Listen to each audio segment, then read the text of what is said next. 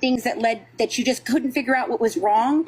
A lot of those things are things with physical therapy or any of the things that she actually did participate in could help those conditions to either cease to exist any further because she outgrows them, or they at least go down to a point that she can manage them without all the different things she was needing to manage them with in the first place. But I do believe that the wheelchair was used as a way to con charities and individuals. I do believe she was doing that.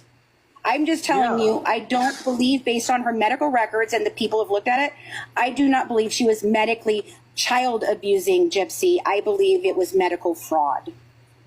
Do you think that making her stay in the wheelchair can be considered Munchausen by proxy?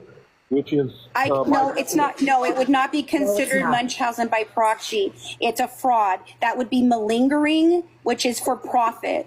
BD did not do this because, okay, I don't know if you know about Munchausen by proxy, but Munchausen by proxy is for a specific reason, and that's for them to get accolades. It's for them to be seen as the conquering hero, all of those things. So even the experts that I've spoken to about this have said that if it was only for profit, and that's what we believe it is, and what we're showing in the evidence, Rod, and I'm serious, I'll sit down and talk with you guys. I even offered to come and talk to Christy about this despite our differences. But what happened is it's called malingering, which is solely for profit. And Gypsy testified to that in court when she was asked, why did she make you do this? And she said it was for financial gain. In her interrogation, she had mentioned the same thing. So that would make it malingering by proxy, not Munchausen by proxy. And it has a completely different psychological thing. It's not listed. Malingering is not listed in the DSM-5 as a disorder because it's not a mental disorder. They're making a conscious decision to fraud people. There's a difference. I don't believe Dee Dee abused your daughter medically. Okay, so I pulled up online right here the Munchausen syndrome by proxy definition, and it says the goal is to make it appear as if the person is sick or injured. Which I think that's what Dee Dee did. Whether or not it was for a goal or whatever. No, Rod. The difference is when it's for when the financial gain part comes in. It's not Munchausen, it's malingering. That's the difference. So sitting her in a wheelchair, okay, is not causing her any physical discomfort in the medical field. It's not a procedure. It's not anything.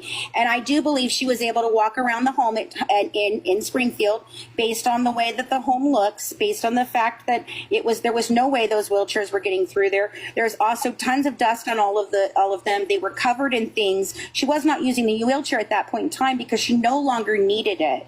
Dee Dee even told them in 2011 in her records, Rod, that she was no longer interested in pursuing any type of other disorders or any information as to why Gypsy had certain conditions they could not explain yet, because it was explained all by the chromosome disorder, and she was just happy that she had a stable child. That is notated exactly by the doctor. So I'm telling you, if she had done medical procedures to her that were absolutely not necessary, that's Munchausen by proxy. Based on what our records show, she didn't do that. What she did was create a false a veil, basically a veil for financial profit, and that makes it different than Munchausen by proxy. Does that make sense? Not really. I mean, I didn't see the definition of malingering. Well, you're going to have to look up malingering because it's very specific. Dr. Feldman even talked about this. You going to let me talk or not? No, I'm sorry. I can't hear you well, so there's a lag, Rod. I'm not trying to be rude. Okay, so I haven't read the definition of malingering by proxy, but on here it says the goal is to make it appear as if the person is sick or injured and to deceive others into believing that full attention is necessary. And, you can have your opinion on what, if it was abuse or not, if you made her sick, if you had a prescription pad. Okay, can I ask you a question about the prescription pad? What's that? Can I ask you a question about the prescription pad that Christy says she found? Where did she find that prescription pad, and have you actually seen that prescription pad? Absolutely, I was there with her. myself. Okay, and it was, where was it when you found it, Rod?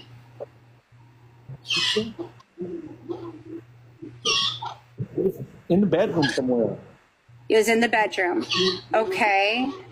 Now, here's the thing about that. What I can tell you is that Christy actually gave me the book from inside Dee Dee's home, which showed all the records of her picking up every single medication for her and Dee and Gypsy for several years. They weren't using several different pharmacies, and all the things that Gypsy was prescribed at the time, I do believe was medically necessary.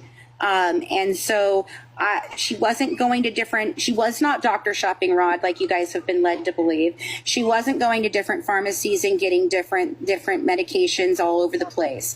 Those are the indications of Munchausen by proxy. Again, everything she was doing was for financial gain, and that changes the way that this story has to be looked at. I'm sorry, it does. I haven't said that she was doctor shopping. I only said she lied to the doctors down here, moved and told them the records were lost, and gave them the records weren't lost, Rod. Did you know that the records weren't lost? Yes. Did you know that Dr. Steele received them in June of 2000 or September of 2005, and in that is where he would have known that muscular dystrophy was ruled out in 2000 and 2001, and he continued to chart it. He also lied on Lifetime Confessions about seeing those records, and he also lied about the records he was holding in his hand, because all of the ones that he was holding in his hand were from Children's, and I have those records. And he was the referring doctor to all of those specialists, Rod.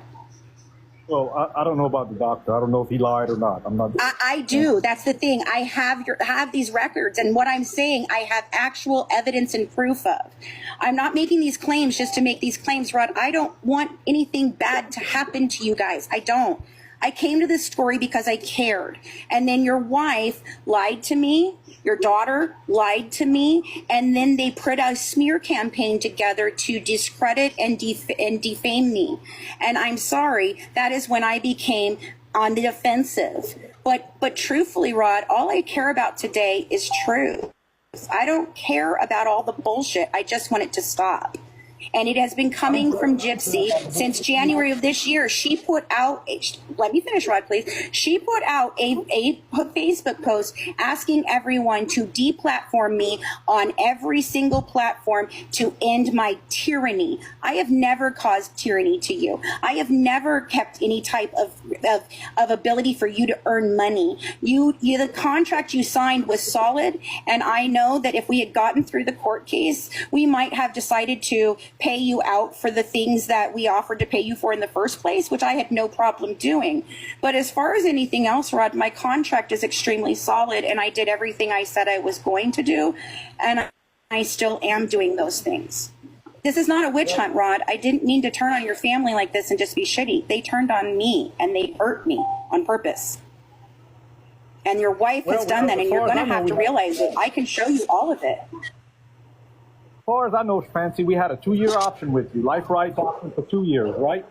And you were supposed to produce something in 2 years? No, actually, no, it's not. Rod, no, it's not a 2-year option. Actually, it had a 2-year option for the very first project, which we completed the podcast in the 2-year period.